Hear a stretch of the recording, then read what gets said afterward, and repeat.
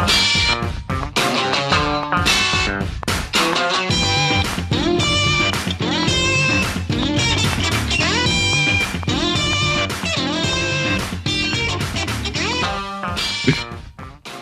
I love starting these podcasts, and you can just tell everyone in the room's kind of bopping along, having a good time. I got to shout out Peter Trulin. Thank you for this amazing bumper music.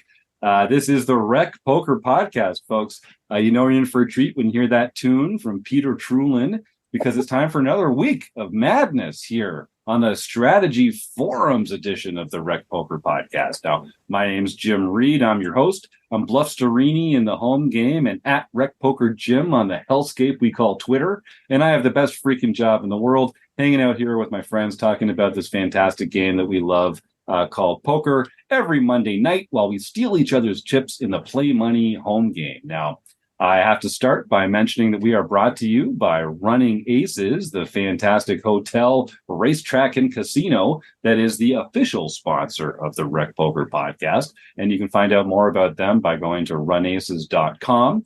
Most of what we do here is free. We're a largely volunteer-based organization, so we really depend on the support of our sponsors and of our premium members who take part in our training material and social activities and fun poker-related themed things, everything. We do different events every day, home games, road trips, study groups, book studies, just a million ways to engage with other thoughtful, fun, recreational players like us. That's what we do over here at RecPoker. Most of it's free. You can sign up for a free membership by just going to rec.poker. All it takes is an email address and a smile, but we do insist on both. But if you want to take your game to the next level, we have a fantastic premium membership that you can join for $15 a month. That's right, folks. That's a $15 a month. Can't tell me that's not excellent value. And you can even get your first month for only $5 by using the code RecPoker at checkout. Now, let me host the show on Mondays. You're probably used to hearing my name by now, or my voice by now, but I am just one of the folks that make the magic happen here. It takes a whole crew, a gang, a crowd, the crew of wizards that we like to call our leadership team here is the RECing Crew, because we're a punny bunch and we put the word rec in as many things as we possibly can here at RecPoker. If you want to find out more about the RECing Crew, you can go to rec.poker/crew, but you can also just listen up. You're going to meet a few of them right here tonight on the air. Take it away, Mark. So I'm Mark Zhang, and on the first of the month, on the first Thursday of the month, we have my office hours where we talk poker and strategy. I'm Rob Washam. You can find me as Rabman50 just about everywhere. And on the first and third Wednesdays of every month, we get together and talk about the latest poker books. It's a lot of fun. It's just a couple of the features that we do in our premium membership here every month. Every RECing Crew member has their own kind of area of expertise or strength or their way of sharing their love of poker with the rest of our members. And you can, like I say, find out more at rec.poker/crew. One of the perks of being a premium member is that you get to hang out with this bunch of ungodly gentlemen on the forums edition of the podcast every week. I'm proud to be welcoming back relatively new premium member, Terry. Why don't you tell the folks at home a little about yourself, Terry? Hey guys, Terry from Calgary. I'm a brand new member here. I'm not new to the poker at all, but still learning all the time. Been learning for the last, I guess, probably close to 25 years. Yeah. But I'm happy to be here. Like I said, I'm a student just like everybody else. We learn in every tournament we play. Cheers. Well, welcome to the RecPoker family, Terry. Looking forward to getting to know you even better over the next little while. Absolutely. We're also joined by Lauchlan Swann. If you've been listening for the last few weeks, you know that Lauchlan is also a premium member who has been really kind of ascending into the poker world in Australia. Lauchlan, just in case folks missed one of the previous episodes, why don't you introduce yourself and tell folks a little bit about you before we get into the action of the latest hand that you've posted in the RecPoker forums. Yeah, so hi, this is Lauchlan. I go by Dingo on the Discord or Swan Poker on Instagram, where you can follow. I've recently started playing poker full time. I wouldn't call myself a professional, but I digress in that. This is the final table this week we're talking about. So obviously made a very deep run in the Australian Poker Open the inaugural series. It was $1 million guaranteed event, 3,300 entry. So yeah, it was really surreal to get to this moment, especially just after deciding to play full time for the next 8 months. So obviously very exciting. Like at the start of this hand, at the start of the day, yeah, and very surreal. And obviously coming up through pub poker and stuff like that, I leaned on RecPoker to learn and study and just listen to the podcast. So it's really cool to be on here again. So thanks for having me. It's very cool, Lauchlan. Well, you're such an interesting story in the poker world. And as you say, took a real leap of faith pretty recently to start playing full time and left your job behind and kind of had the faith in your abilities and your impressive results over the last couple of years as well to take that plunge. You're joined, I was mentioning earlier, Mark Zhang, who's here on the show as well, is also a professional MTT player. So we're going to hear some insights from some premium members, some RecCing Crew members, some playing pros, and we're going to talk about this hand that you've posted into the RecPoker forums from the final table of the Australian Poker Open. So let me set the scene a little bit here. So we're down to the last 4 players in the whole damn thing. And the current payouts, as referenced here, 4th place gets 85,000. 3rd place gets 115,000. 2nd place gets 200,000. And 1st place gets 340,000. But we should note that everyone has already been awarded $5,000 when they made the money. So it's not 85,000, it's 90, it's not 115, it's 120, et cetera, et cetera. But there's some real money here, and you've already locked up 90K by being in this position with only 4 to play. And I'm guessing, Lauchlan, this is already at this point your biggest score as a player. Yeah, so a 90K would be my biggest score if I had come 4th. Previous was 55,000, so considerably quite a lot more. And yeah. Like the goal to the end of the year was to get 100K, and the one tournament in winnings, the one tournament brought it over that by considerably. So yeah, fantastic. And this, I really like the way that you've approached this. We talked about it a couple of weeks ago, where you left things with your job that you're going to give yourself 8 months. You're going to try this poker thing for real, but you're not burning any bridges. You didn't do the old "F you, I'm out of here." Light the place on fire on your way out. So you've got something waiting for you if things don't work. You've given yourself this target of making $100,000 in tournament wins this year.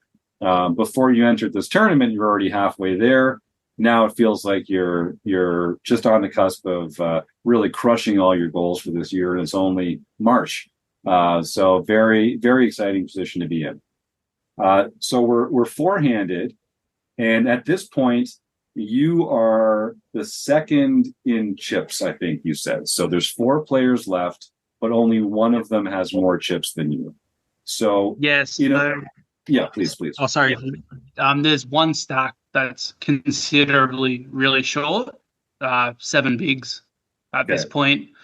Did the stack in 3rd has a couple million less than me, and then I'm covered by a couple million as well. So the dynamic is that there's a chip leader. There's you that's down a bit from there. There's a 3rd player that's a little shorter than you, and then there's a 4th player that's a consensus short stack here. And so that dynamic really matters, because once you start getting into these ICM pressure spots, the stack size is probably the most important factor to consider when it comes to hand selection, who you're going to play against aggressively, the lines that you're going to take, because you really would hate to bust before that short stack busts, because that's a big ladder to go from 90K to 120K. And if everyone just takes their time and waits for the bad beat to happen, typically what's going to happen is that short stack player is going to bust. Everyone else gets to ladder up, and that becomes a factor. In this particular hand, the chip leader, I'm sure, is opening a lot of hands at this point, because they get to apply a lot of ICM pressure. And you and the third place player are in chip by chip stack are actually under the most pressure. I feel like the short stack is actually under less pressure. They're sort of due to bust next anyway. So it's really you and that third place player that have to sort of be careful going up against the big dog and against each other. So did you have a sense, Lauchlan? Let me just ask you before we get into the nuts and bolts of this hand. Were the other players ICM aware? Like, did they know how important stacks were? Like, because ICM pressure is one of those things that you can only apply it if people know what it is. How savvy were the other players? So I would say on the remaining four, I was the least experienced. I was the one that decided at this point I'd already got the biggest score and I was going to try and win it. So the ICM to me, while important, wasn't as big as a factor perhaps to some of the other people still on the table. There's the 30 chips at the time is uber rich, so ICM doesn't matter at all. And the other two, I would say, definitely had more ICM care than I did. But at this point, I'm like, I've come all this way. I had a huge portion of myself. I was already winning more than I ever have. I was ready to try and just win it all. So I was ready to battle against the big stack, who I felt I had a post-edge flop advantage on. Yep, that makes sense. And, if you have a sense that, that you can apply pressure, because everyone's under some ICM pressure, even the big stack here. It's not like they're not under any pressure. They don't want to double you up, and now they're the short stack. And so you can definitely apply pressure on people that are feeling it. Okay, so let's keep that dynamic in mind as we get into the hand here. So we are in the small blind, and the villain they open to two big blinds, which is to 200,000. So the blinds are 100,000, 200,000, and there is a 200,000 big blind ante. We are in the small blind and wake up with a pretty strong hand, pocket aces. So that's a great way to start the whole conversation here. They open to two. It's us on the small blind, and we're pretty deep here. If it's 200,000, so we've got about, if my math is right here, is it like 40 big blinds or so? The effective stack is about 8 million, 8.6 million. Mark. They're paying 80 big blinds effective, so the big blind is 100,000. Oh, you're right. Thank you for clarifying. So we're still in very deep stacks here for four-handed near the end of the tournament. Thanks for clarifying that, Mark.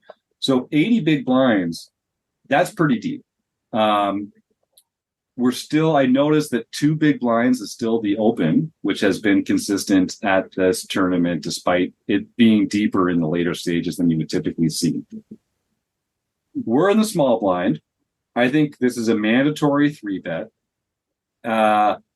When we're deep like this and out of position, I tend to sort of default to a larger 3-bet sizing. But you've gone with a 500,000, which is 5 big blinds. So they make it 200,000. You make it 500,000.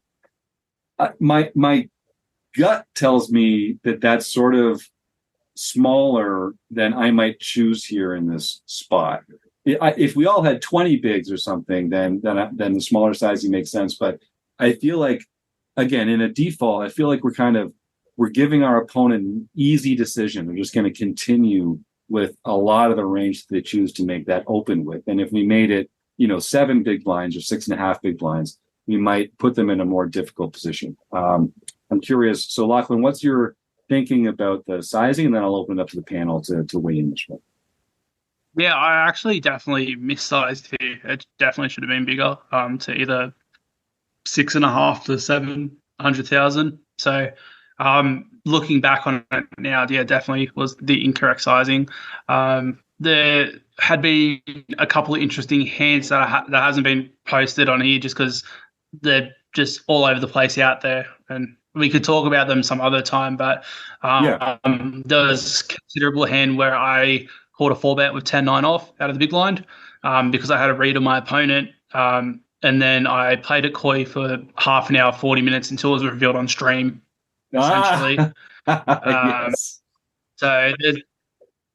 So there's a lot of going on in terms of how I've played previously on the final table versus now. So like in theory, definitely should have been bigger. Just incorrect sizing here for sure. And I that's a good dynamic to bring in. So there is a lot of metagame happening because this is being streamed on a 30-minute delay. And so players get to see the hands that have been played earlier and the kind of lines that players are taking. And I think even if this was an in-position spot, the smaller sizing makes sense. It's just the out-of-position one that made me default to larger sizing. Rob, you unmuted there first.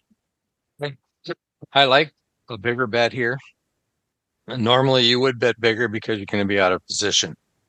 And I remember there was a lot of conversation on the table and in the chat during the Twitch stream about that 10-9 hand. So it looked like people were looking at Lauchlan at that time as if he was getting out of line. So maybe the smaller bet turned out working to get him more chips than he would have had he made it a bigger bet. Mm-hmm. So at one hand, it looked like he was getting out of line. The other hand, it looks like a smaller 3-bet makes it look like he's trying to get value from a big hand. But then the other dynamic of the 10-9, yeah, I think it all probably worked out in his favor. But generally, I would take a bigger bet size here. Yeah, and this is interesting because Lauchlan, you'd been posting links. One of the great things about the RecPoker community is like you've got a rail. You've got friends to cheer you on. So a lot of our members had been picking up your action in Discord, and they were clicking on the link and watching the stream. And so when Rob says he was like following along the chatter as it goes, like that metagame really matters because when the cards are going to be revealed in 30 minutes, it really cuts down to, okay, so how can I play against my image now if these players are in the know and know what they're doing and you're kind of counter exploiting them. Terry, you were unmuted earlier. Did you still want to weigh in there?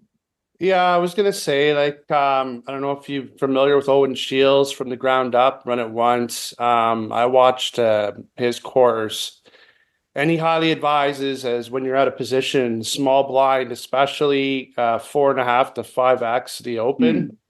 And if you're in the big blind, you don't really want to go less than 4x the open. I mean, you really want to put the pressure on them, especially if they're opening in late position. Usually they have a wider range there. And you're really just protecting your range in the small and big blind there with the bigger sizing. Yeah, and Lauchlan, like has already mentioned, he feels like this was not the correct sizing. So we're not going to keep dragging you over the coals, but I want to just hear the different reasons that people sort of think about the sizing and that kind of stuff, because this is an important point in the tournament. So, sorry, Terry, finish that up, and then we'll hear from Mark.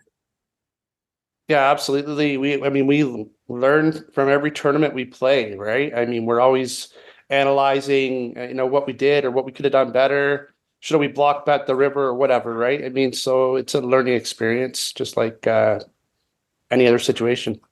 Yep. And, it's nice. Lauchlan's doing a great job of posting these spots where he knows he didn't play it perfectly. And you have to kind of make yourself vulnerable to the criticism of your peers in order to improve, which I think speaks to how you've done such a good job improving over the last couple of years. Mark, what's on your mind? Could anyone guess the correct 3-bet size? I know. I knew you were going to have an answer for us here. Yeah. I'm going to guess. Well, my first guess was 6.5. I'm going to guess 6.5, something like that. Blow us away. The correct 3-bet size would be 12 big blinds. Oh my God, that's so big! Is that because of the stack depth? Tell us about it. Lauchlan's eyes like going wide open, like, oh my God, that's shocking. Yeah. So Why is it so big? yeah, well, tell us a little bit about Mark. Why do you think that is? The idea is that you basically, well, okay, first, when you three bet smaller, what the person in position is going to do, the person is not going to fold any hands and gets to Right. play the positional advantage in a very deep stack scenario, and he can leverage that.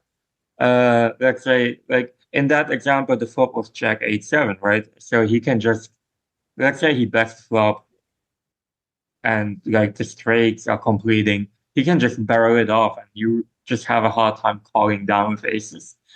The second thing is you want to decrease the stack to pot ratio. So you actually get to play maybe a 2-3 game on some runouts. And now people are going to say, well, I have aces. I want to get value. That's what every recreational player would say. But like, you're right. But you do get aces. But what if you have like a king 10 offsuit? Yeah. Like you get folds.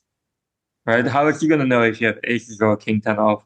Basically, the idea of GTO is to make the other guy indifferent. So if you have enough bluffs, he's actually indifferent whether you have aces or king 10 off.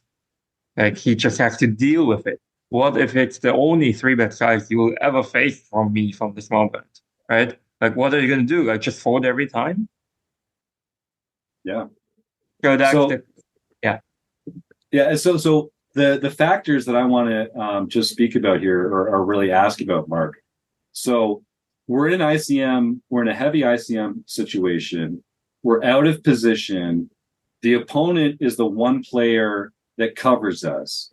So I don't think we're not going to be 3-betting often, right? Like we're not going to be 3-betting as frequently as we might in other circumstances. So I get that means that we can size up a bit. Is that true? Well, you're supposed to 3-bet 10%.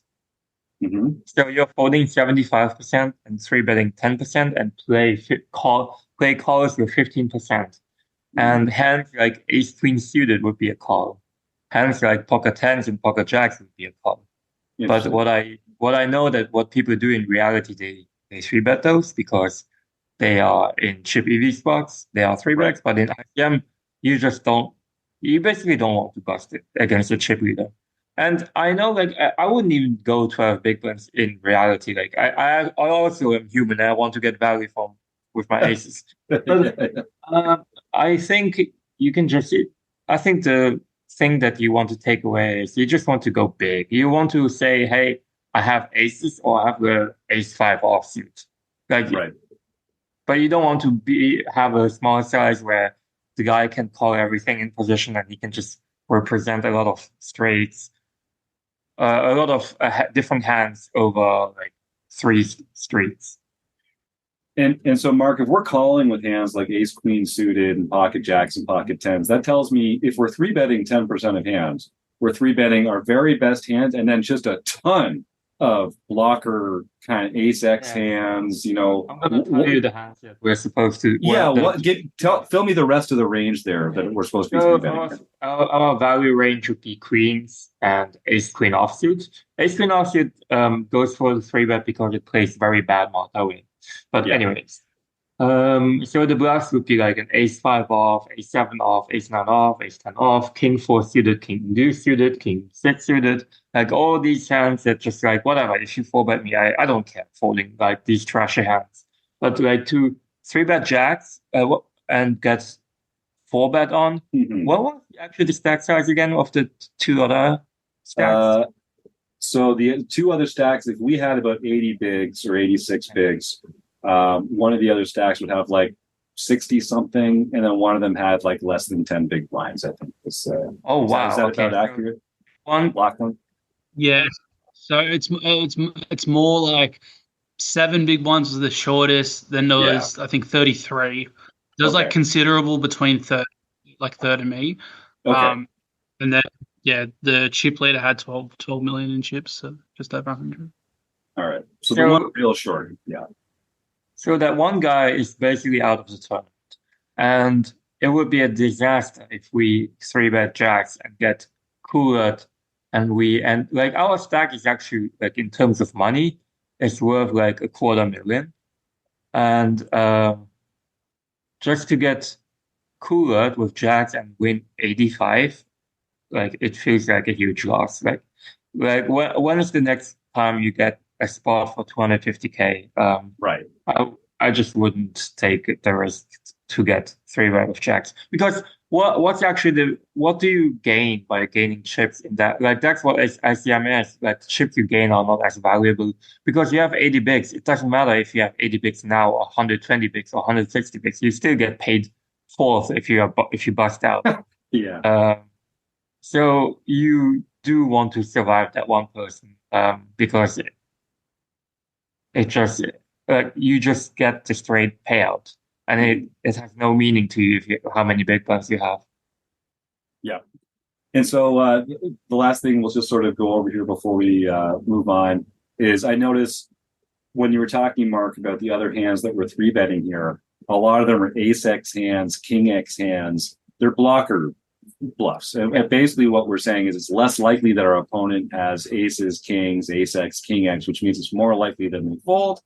And it's better for us to be using hands where we can comfortably and easily fold to a four bet without even having to worry about protecting the value of our hand. Some of those hands that we actually feel better about and want to see a flop with, we're just going to take the call line here instead, even though they might be three bet in a different situation. Yeah. Okay, fantastic.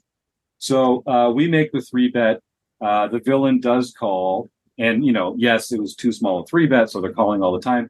One of the downsides of the smaller three bet is that we don't actually learn much about their range because they're going to call with virtually all the hands that they opened with because we're giving them such a good price to play in position and with the chip leader. So their range is extremely wide at this point. Yeah, Mark, did you have something else? Also, one more thing. I think I said it before, and I'm just going to say it again. Most people do not find a three bet with king four, king deuce suited. Sure. Like who three bets king four suited to five big blinds? Oh, or not like to five big blinds. Yeah, no. Ace five offsuit, right? That's the idea. Like, I mean, even at such a when the short stack has seven big blinds, it takes some balls just to now in that moment get involved with the chip lead or even going for 10 big blinds. Yeah. I think that's right. Okay. So I'm sorry for interrupting you. But no, please. This is good stuff. I love getting interrupted on the RecPoker podcast because it usually means someone smarter than me has something to say. So I'm very open to that idea. So the flop comes Jack 8-7 Rainbow, which isn't a great board for our three betting range. We have a lot of over pairs here. We have a lot of unpaired Broadway cards. The calling range of our opponent actually kind of smashes a board like this. They've got a lot of those middle cards. They've got like pair plus draw hands here. And we are, let's just get into it here. So the hero checks, which is range versus range, I think makes a lot of sense. We're out of position. It is the chip leader. Does anyone want to advocate for a bet here? Because I think when you're in a three bet pot, you can typically continue with a continuation bet that's relatively small. You've already built a range advantage. On the boards that you're going to C bet, I think a small C bet makes sense. I'm not sure this is one of those boards, though. Does anyone have an argument for leading? I'm just going to be checking a lot here. Yeah, Mark? Well, so if you run this hand in the same would probably check because the button just has every trash hand in his range. Yes. Right. It would be kind of weird just to bet two big blinds and go for small sizing because it doesn't accomplish anything. He's not indifferent. He's not call it indifferent any holding. He's just not call it. Yes. Had we gone bigger, we could, and he calls the three bet, I would still check. Just because I don't have jacks in my range, I don't have 9s, 10s, 9, 10, 8, 7s. So like it's not like the person who has the nuts has the betting drives betting patterns, and I just don't have enough nuts in that range on that board. Mm-hmm. Yeah, that makes sense. All right, so we do check, and the villain bets 3.75 big blind. So that's about a third of the pot. I think if I'm doing my math right here, 5 plus 2.5. So yeah, between like a quarter and a third of the pot size. And so, as I'm fond of saying, let's look at all our options here. It's Jack 8-7 rainbow. We've got pocket aces. We're not folding. So are we calling? Are we check raising small, or are we check raising big? What does the group think is the best play here? 3-bet pot. We're holding an overpair. The board kind of favors our opponent's range, but they should be betting here a fair bit too. Like they should be bluffing here sometimes when we check, because it looks like we've got ace king, ace queen, and like we're just giving up on it. Any thoughts before we get into the next action here? All right, so our hero Lauchlan Swann goes for the check raise here. In the comments, Lauchlan, that you posted in the forum here, you say, I knew I wanted to check raise, but after they clicked me back or just over a click, I guess we'll get into that here, I didn't know what to do. So you're planning to check raise. And was this so tell me a little bit about it. Like you're hoping that they have a hand like King Jack or something, like a one pair hand where you're still ahead of, but you're going to get value. You sort of like had this plan to check raise no matter what. Is that right? Yeah, for the most part, like on any board that I felt like that I was still ahead on, and I still feel my hand is the best hand at this point. Regardless of my small 3-bet pre, that I wanted to check raise, especially it's the chip leader who cared a little bit more about ICM than me. But that's the person I felt I had the biggest edge on post flop still. I wanted to put them in a very uncomfortable spot. And going into the final table, and like anyone that I've spoken to says that's what I did. I wanted to play uncomfortable pots against people, put them in weird spots. Because I just wanted to try and win. So I was trying to make an uncomfortable spot. So I check raise to 1.1 million here, which is 11 bigs. And yeah, just always was planning to. With how the action unfolded previously, we can talk about that in a moment. But I had some thoughts about what would happen already if something like the way it did happen. So, and this is where I came from. I said the other week, when I don't have a lot of history against the person, this is the first time I've actually played with this particular person in a tournament before. And I was fortunate enough to sit with them day 2 and day 3. So I had some history with them at this point. But I imagine what I would do if I was the villain and I was playing against myself. Not always the best bet because I don't play very often, but I think that's where I get a bit of my creative lines from and stuff like that. So I just felt like without the action played so far, check raising was going to be the best way to get money in. And I knew in this hand I was going to become the chip leader if I win the hand. So while the ICM doesn't really care about first and second, as Mark said, because like if you come fourth, you still come fourth regardless of how many big lines you had. I was trying to set myself up to have a dominating lead to try and win the event. Yep, that makes sense. So we go for the check raise to 11 big blinds, and the villain almost flicks it back here. They 3-bet to 25 bigs, or 2.5 million. So this is a we're not going to see this that frequently. Like post flop 3-bets aren't that common. What does anyone have anything they want to weigh in with at this point before we just get to the next point in the decision tree there? All right, so we've check raised pocket aces on Jack 8-7 rainbow, and we've gotten it clicked back to us for about a quarter of our stack, maybe a little over a quarter of our stack. And we're kind of in a difficult position here, I think. Let's just look at all the options. We can call, we can fold. I think it would be difficult to raise to a size that's not all in. I don't see any not all in raises in our arsenal here. It's kind of hard to click it back ourselves out of position with so little back. So I think it's fold, call, or shove. Does anyone want to advocate for any of those actions? Does anyone want to advocate for a fold or for a call or for a shove? Or is there any, what should we be thinking about in this moment at this final table? All right, that's cool. We're all playing it close to the vest.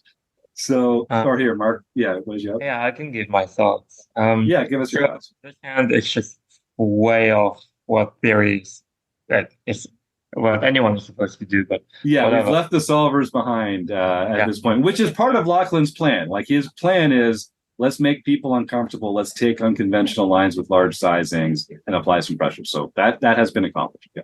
So when villain does that, it's not. Maybe it's ace jack. I don't know. It could be ace jack. I guess it shouldn't be, but whatever. It could be ace jack. It could be well all the selects, the straights, and then some random air balls. And I think to stack ace jack or king jack, you should just get it in. You're getting stacked by straights anyways. But I think you deny yourself the opportunity of the villain bluff shoving if you jam. So I actually, in that case, would just make it 36 big blinds. And so you do the click back. Yeah. Yeah. It looks like you're full of shit. Yeah, right. Yeah. And then just if he calls, I just jam every turn. And if he, at this point, like the villain can at least jam over the top. Like it maybe gives him the illusion that I could have ace king. Mm-hmm. Mm-hmm. And Mark, I want to just be perfectly clear. Are there, like, when we click it back there, we're putting so much of our chips in, so many of our chips in, that we really are almost handcuffed to continuing on every turn. Like it's almost like we sort of we may as well have gotten it all in here because we're getting it all in anyway, but we're giving them that chance to bluff at it or to bet at it instead of having to call. So are there any turns that we don't put it in? Like is there another jack or is there 10 or 9 I would actually check call. Okay, but we're still getting it in. We're still giving them a chance to. Yeah. And this is I think a point that escapes a lot of recreational poker players, which is, we decide that we have to shove because we're like pot committed. Because it's uncomfortable to play turns when the turn is a 10 or 9. Right. But if you sort of told yourself that you are pot committed and you are getting it in anyway, then he doesn't know that, right? He doesn't know it exactly. He thinks he's still got some fold equity, and but you have to follow through on that, like because otherwise you really shouldn't be doing this move if you're not committing to getting it all in. So effectively, what you're doing is you're still putting all your chips in the middle, but the range of hands that your opponent has isn't the strong range that can only call your shove. It's just it includes the other hands that they might not call the shove with, but now they're going to get it in. Yeah, we're basically playing street poker, which means like he can think I'm full of it. I'll just pretend like I'm full of it, and then he can just if he has I don't know, a pair and he puts me on this, he might actually stick it in. Yeah. So, all right. Any other thoughts at this point from anybody? We're getting into the meat of it here. So, I think that's like a very sophisticated play. I had discounted the small raise in my analysis because, like, again, what happens if they call? And I think the answer is you just get it in. You just get it in one street later, no matter what. Which I do like. I do like that. So, just because I know what GTO plays doesn't mean like I can get into the streets and just play like random lines that like I actually know what the right line is. So if you deviate from it, I know how much you're deviating from it. And like if we are playing streets, I was born in the streets. Okay. Yeah, that's right. Yeah. Like I'll do some crazy shit that you wouldn't see. I love it. I love it. That's right. Well, you get the benefit, like, Mark, that's one of the things I like about talking to you about poker is you've got the same killer instinct that Lauchlan is talking about here. But you've also just spent so much time breaking these hands down in solvers and sims, and it's a deadly combination. When you're born in the streets, but then you also get to, polish that silver spoon a little bit till it's got a hard edge and you can get at it. Like that's a lot. That's a lot to contend with. So, no, kudos. So we end up shoving here. So they click it back to us. Lauchlan goes for the shove. Lauchlan, let me ask you two questions. So did you consider folding? Did you consider calling?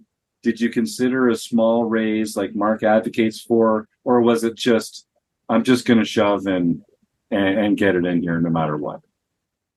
So, as I said at the start, I was always going to check raise on most boards because I felt like I'd had the best hand. So I still feel like I had the best hand here, and I was never going to fold because I felt like I put in a little paragraph. I felt if they had like a set or a jack with how I've been playing, they would just flat and let me blast off, essentially.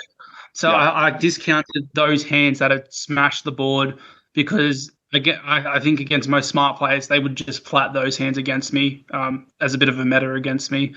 Yep. And then the person, or her name's Gina, had also done a massive bluff a little bit earlier on with a missed draw and gotten kings to fold on the river in a huge ICM spot. So she wasn't afraid to kind of put people in those spots as well.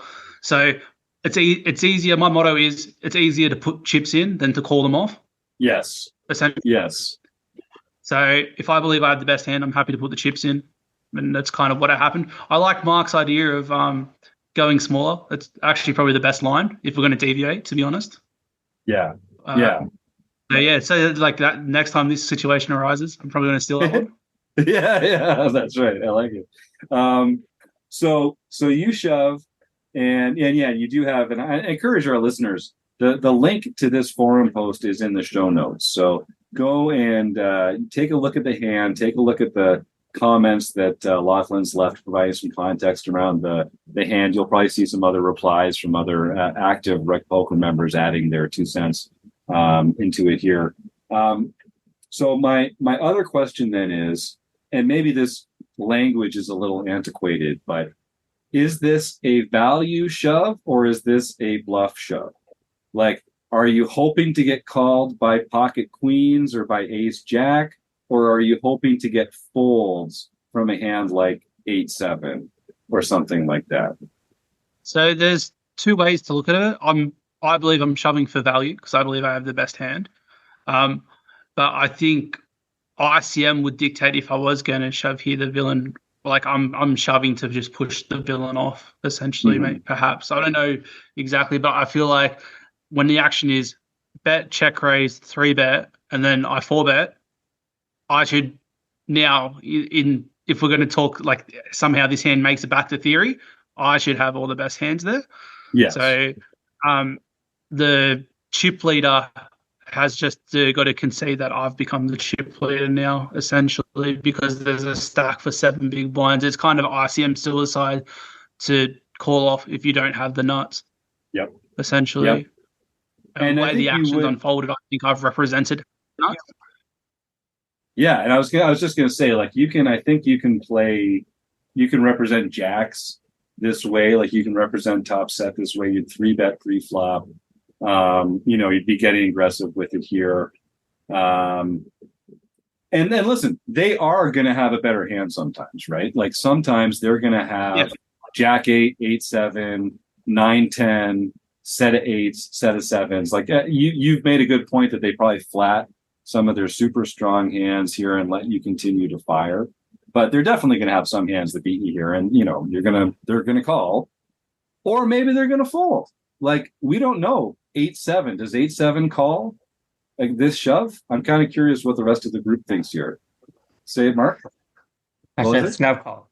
Snap call. Yeah, you get it no matter what. Yeah. I'm leading him in the so, pot. so this is a spot where we're. It's kind of one of these magical bets. Like better hands are not folding, but we don't mind getting folds from hands that have a lot of equity against us, and we obviously win a big pot when even the hands that are worse than ours fold. So that's it. Might yeah. Jump in there, Mark. Help me. Well, no, because hands that have equity against you would not back raise on the flop. They would just continue as a call, like a Jack 10. Jack 10 So the hand I was it's thinking of. Yeah, it's Jack actually 10. just Jack 10. hands that have you dead, or maybe it's ace jack. Sure, like I'll give him ace jack, but we have two aces. Yeah, we are blocked.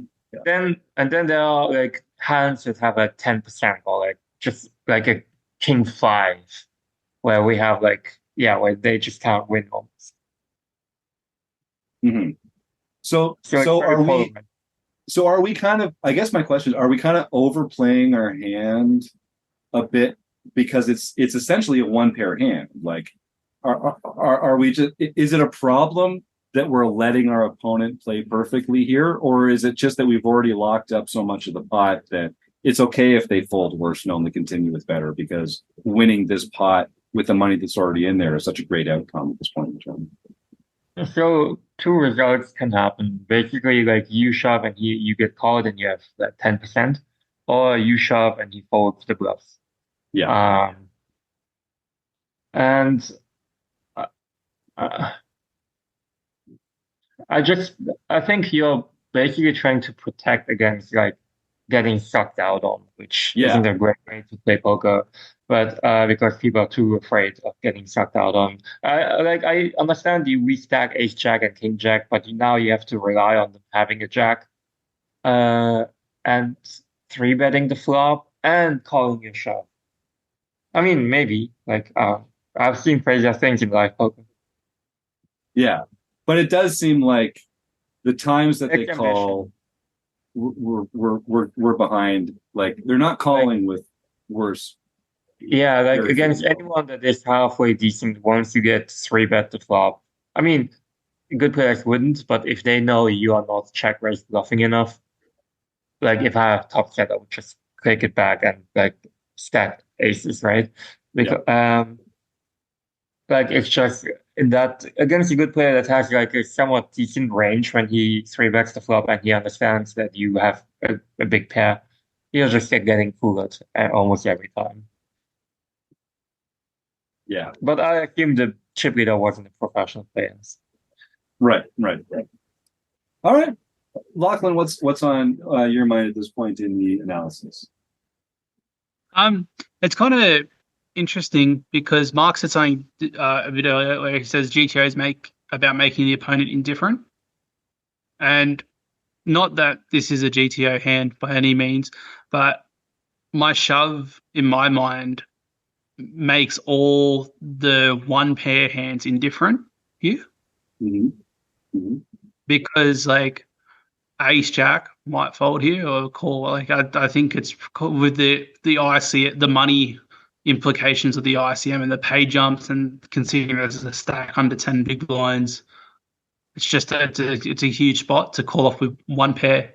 King jack probably even like really struggles the call, considering there's still ace jack there. That thing, like I've just in my mind and how I played, I knew if I got snapped off, I'm losing, and I've just got to accept that. I die by the sword, type of situation. But the moment they think about it, my hand is good every time at this point in time. Yep. Yeah, take it. So I did mention like ace jack and king jack might call, might fold, whatever. But against those hands, you have 92%. Like there's no reason for you to want them to fold, right? Yeah, that's true. It's just like the way the 3-bet flop, like the flop being 3-bet is like, I thought my best move was to shove. It's like the other situation it could have been was that it's a mad setup and she had kings. Like, Yes, true. like That's true. it's like it's just Didn't mad fall that call. pre-flop. Oh yeah, they'd probably four-bet that pre-flop, but See? yeah, we don't That's know. you We when don't you're know. out of range. That's right. That's I do that all the time. I'm so bad at that. Thank you, Mark. That's a good point. They wouldn't have kings there because you were saying that they might have shoved pre with jacks in your comments. So Right. That's Right. true. That's true as yeah, well. so But they don't have any of those big hands, queens, kings, jack. Now we are playing against an imaginary range, right? it is a bit of an imaginary range. I didn't know what to do, and yeah, it's like Yeah, the because we winning didn't that use pot that. with the chips in the middle at that point put me at chip leader. Yeah, very interesting spot. Like obviously, and by no means did I play any of that final table correctly. If you go back and watch that, I made a lot of mistakes. But the one thing I'll defend myself with, I always play that aggressive style. I always die by the sword or I'll live by it. So at least I'm consistent with it. And while that will change in the future, and I'm going to find to become a solid player, that is the goal, obviously. I got to do what works currently and learn while doing that. Yeah, well, and one of the great things about poker is, there are multiple equilibriums. And I think having a playing style that's more aggressive and bombastic and, uses large sizes and puts people under a lot of pressure, even if it's not, technically correct, I don't want to play against you. You're going to make everyone at the table uncomfortable. Like it's a difficult player type to play against because the only way that you can really combat that is by sucking up and calling down, and making your own bluff raises and that kind of stuff. So I think if you're in, none of us are playing poker correctly by the book, but even if you're playing incorrectly, taking the approach that you've taken with your game, Lauchlan, about applying pressure and putting people in difficult positions and using your reads, which you're obviously very good at, I think that's the right side of it to be working on. All right. So any other thoughts at this point here? This hand really illustrates one of the tensions that I feel in poker a lot, which is like, why am I making this bet? Is it to get called by worse? Is it to make better to fold? Is it to, deny equity to my opponent? And the different scenarios that we find ourselves in, ICM, table, tournament stage, that all those kind of things seem to change the calculus on that sometimes. So this is a good example of that hand where it's like, Lauchlan, jump in.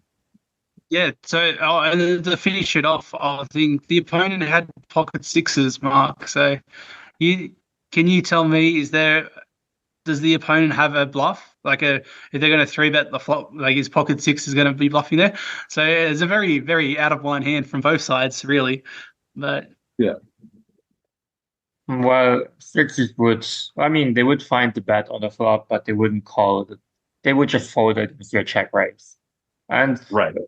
That's the thing, like, that people don't understand. People don't understand about theory or GT or whatever you want to call it is, like, I make an action based on my hand and not based on what you do. I mean, based on what you do, but against a certain, like, you made it 1.1 million. So I will find enough defense against that sizing. So I don't mind folding sixes. Like, it's not high up in my range, but I have like Jack 10 to defend. I have Ace Jack to defend. Let's say you would be bluffing. I have Ace Jack to defend, right? I can defend with a lot of different hands. Like I can defend with an Ace 10, which has an overcard to King and the gut shot. Like there are a lot of hands that I can continue with. It doesn't have to be sixes. Like another thing when you say, like, when you play aggressive, I remember I played in a live tournament one time and I was bluffing 3 times in a row and I got caught every time. And like the fourth time I opened a hand, I'm like, okay, that's an open. I guess we open it. And by the turn, I'm like, I really have to bluff this again, right? Because it's perfect. I'm just doing it. I'm like emotionless to it because I know it's the right play. When you say aggressive, would you like be willing to like just triple it off 4 times in a row. Like I just don't care about. I mean, I do care a little bit, but if it's a perfect hand, like I just triple it because I'm supposed to triple it, and that's how I play this.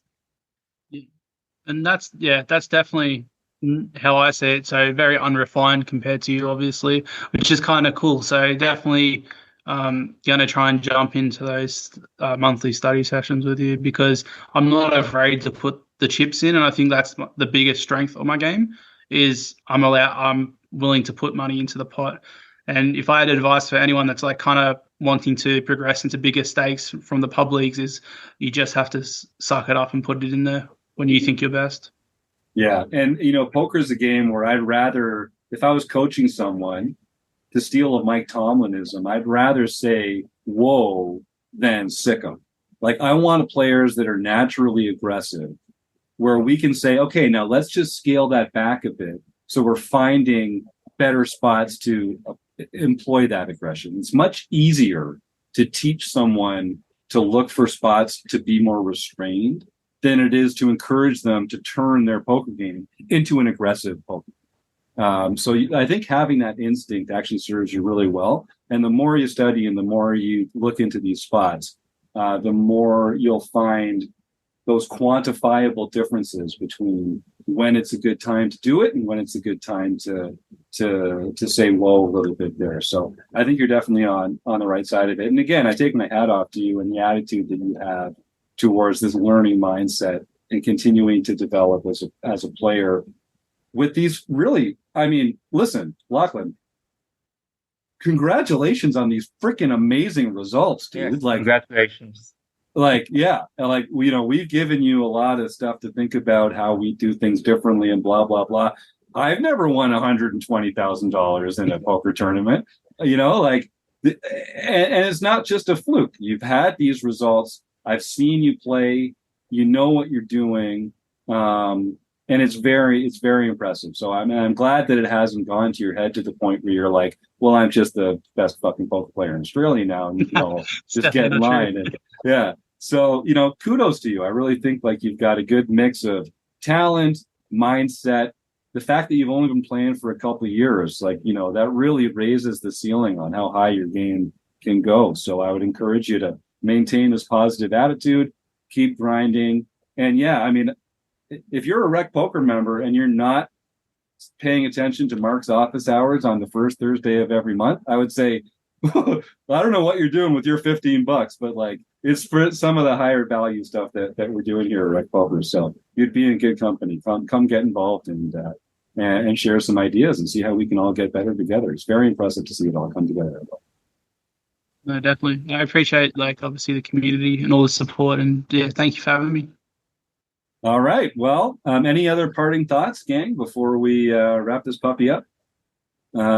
Doesn't look like it. I mean, I want to thank the Running Aces Hotel, Racetrack, and Casino. Find out more about them at runaces.com. Thank you to them for all the support and all our premium members. Thanks to Mark Zhang, Terry Landon, Lauchlan Swann, and Rob Washam in particular tonight. And to you, the listeners, thanks for tuning in. We're almost at 600 episodes here at RecPoker. We couldn't have done it without you. So we'll see you next week on the RecPoker podcast. Good night, everybody.